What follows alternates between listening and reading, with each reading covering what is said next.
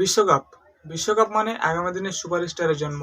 এখান থেকে উঠে আসে আগামী দিনের কিংবদন্তি, যার নিকটতম এবং সবচেয়ে সহজ উদাহরণ হলো কিলিয়ান এমবাপ্পে এবং এনজো ফার্নান্দেজ।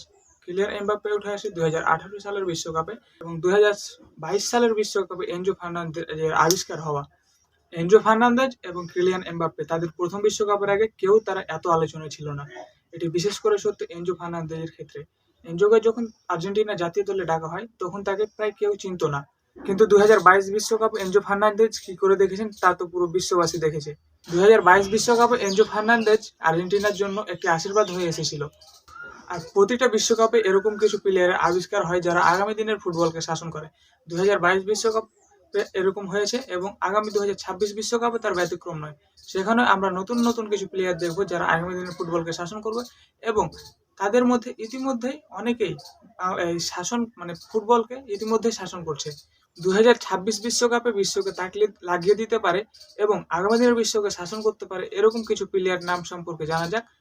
যদিও এদের মধ্যে আপনি হয়তো অনেককেই ইতিমধ্যেই চিনেছেন। 2026 বিশ্বকাপে খেলতে যাওয়া যারা প্রথম বিশ্বকাপ খেলবে এরকম তরুণ প্লেয়ারদের মধ্যে আলোচনা করতে গেলে যে নামটি সবার প্রথমে আসে তিনি হলেন লামিন ইয়ামাল। আপনি লামিন ইয়ামালকে ইতিমধ্যে চিনে ফেলেছেন।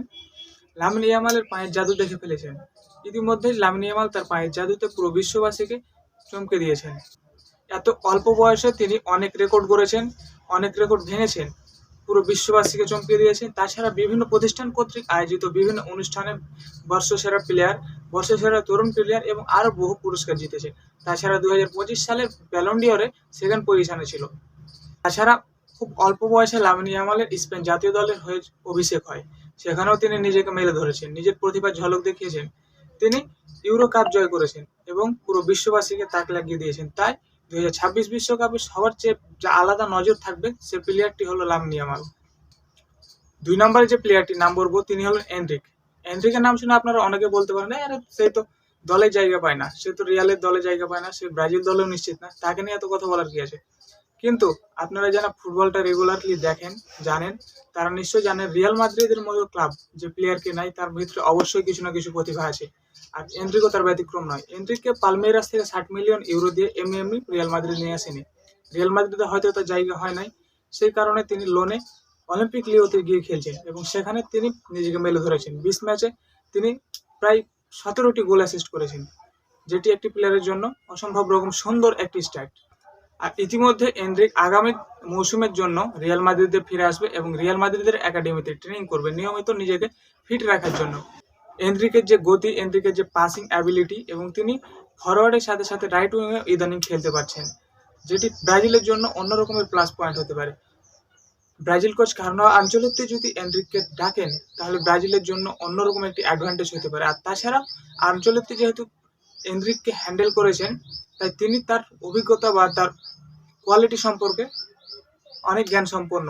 এনরিক এমন একজন প্লেয়ার যে কোনো ম্যাচে যে কোনো পরিস্থিতিতে ম্যাচে নামার পর ম্যাচের রেজাল্ট পাল্টে দিতে পারে। তাই আমাদের সকলের নজর থাকবে এনরিকের ওপর, এনরিক জাতীয় দলে ফিরছে কিনা এবং যদি সে ফিরে তাহলে অবশ্যই এনরিকের ওপর আমাদের সকলের নজর থাকবে। রিয়াল মাদ্রিদের আরেক তরুণ খেলোয়াড় আর্দা গুলার এবং একই সাথে তুর্কিশ পোস্টার বয়, তারাও এই 2026 সালের বিশ্বকাপে তুর্কি বিশ্বকাপ খেলতে যাচ্ছে, যেখানে আর্দা গুলার থাকবে প্রতিনিয়তভাবেই। এবং সেখানে সে কি করতে পারে, আপনারা যারা রিয়াল মাদ্রিদের খেলা রেগুলার দেখেন তারা এটি অবগত আছেন, কারণ তিনি বায়ার্ন মিউনিখের বিপক্ষে কি করেছেন। তাছাড়া এই মৌসুমে তিনি রেগুলার অ্যাসিস্ট, গোল সবকিছু পাচ্ছেন। তা আপনারা ইতিমধ্যে আর্দা গুলার সম্পর্কে জানেন, কিন্তু আর্দা গুলার এই জায়গায় একটু ডিসঅ্যাডভান্টেজ পাবে কোনখানে, যে তার দল, তুর্কি জাতীয় দল, তারা অত বড় মানের দল না। তারা হয়তো নকআউট স্টেজ যাবে বা নকআউটের রাউন্ড অফ 32 থেকে হয়তো বাদ পড়ে যাবে, এরকম কিছু একটা সম্ভাবনা রয়েছে। তাদের খুব বড় কিছু করে দেখাবার আশঙ্কা কম। তা আর্দা গুলারকে নিজেকে মেলে ধরার জন্য অপরচুনিটিও কম, তাই তিনি একটু বিশ্বকাপে আড়ালেই থাকবে বলে মনে করা হচ্ছে। এবার ফ্রান্সের একজনকে নিয়ে বলা যাক। ফ্রান্সে তো ভাই প্লেয়ারের অভাব নাই, কাকে ছেড়ে কাকে নিয়ে কথা বলবেন।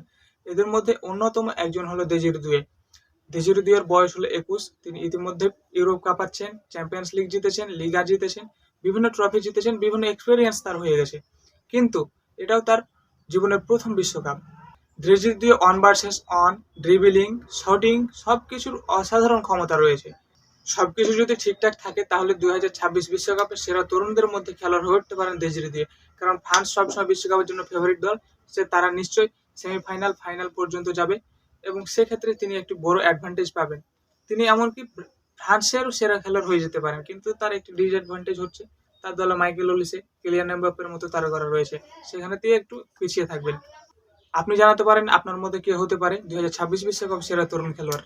ধন্যবাদ।